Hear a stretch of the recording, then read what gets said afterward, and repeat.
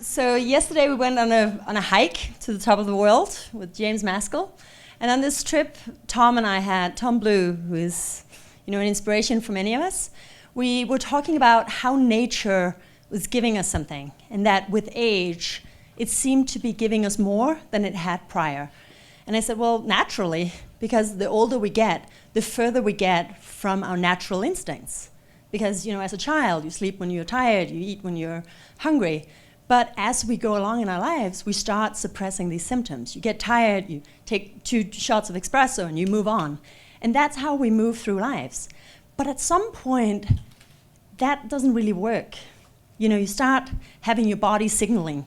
You start sneezing, you start having small symptoms, and you go to your GP, and they tell you, oh, it's just seasonal allergies. So we suppress the body's symptoms.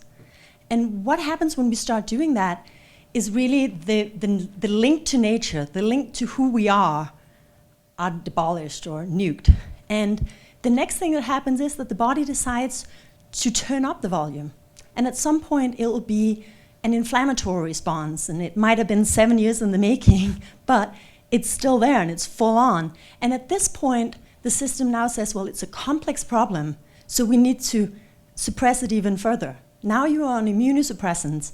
You don't even know who you are, and you for sure have no signaling at this point. So what I'm a firm believer in is that we need to listen, and we need to bring the body back to a state where it's able to actually listen to these signals. I'm a health detective, so what I do is I sit next to people on airplanes, and I figure out in 20 minutes why their problems are where they are. But it's because I pay attention. I listen to all of these small things, the noise that people don't see or they are not in tune with. My ex-boyfriend, on my second date with him, ate something, and I looked at him and I thought, is it too early to tell somebody that they're intolerant to dairy? And I was like, okay. I waited 2 more dates. I am Danish, so we're full frontal. But I went in and I go, you are aware that you are dairy intolerant, right? And he looked at me, he goes, the most frustrating part about that sentence is there's no question mark at the end. And I go, well, you get a rasp on your voice whenever you eat yogurt, so I'm pretty sure I don't need to put a question mark after that. And he's like, I'm Indian. I eat dairy every single day. I think I would know if it wasn't good for me. Needless to say, 2 weeks later, he comes back and he goes, shit, you're right. I'm dairy intolerant. And I'm like, yeah. And I move on with whatever I was doing. And he goes, could we just pause for a minute? This is a huge deal.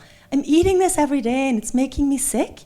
And you just walk away. And I said, well, I already knew 2 weeks ago that you're dairy intolerant, so it's really not news for me. And at that moment, his life changed.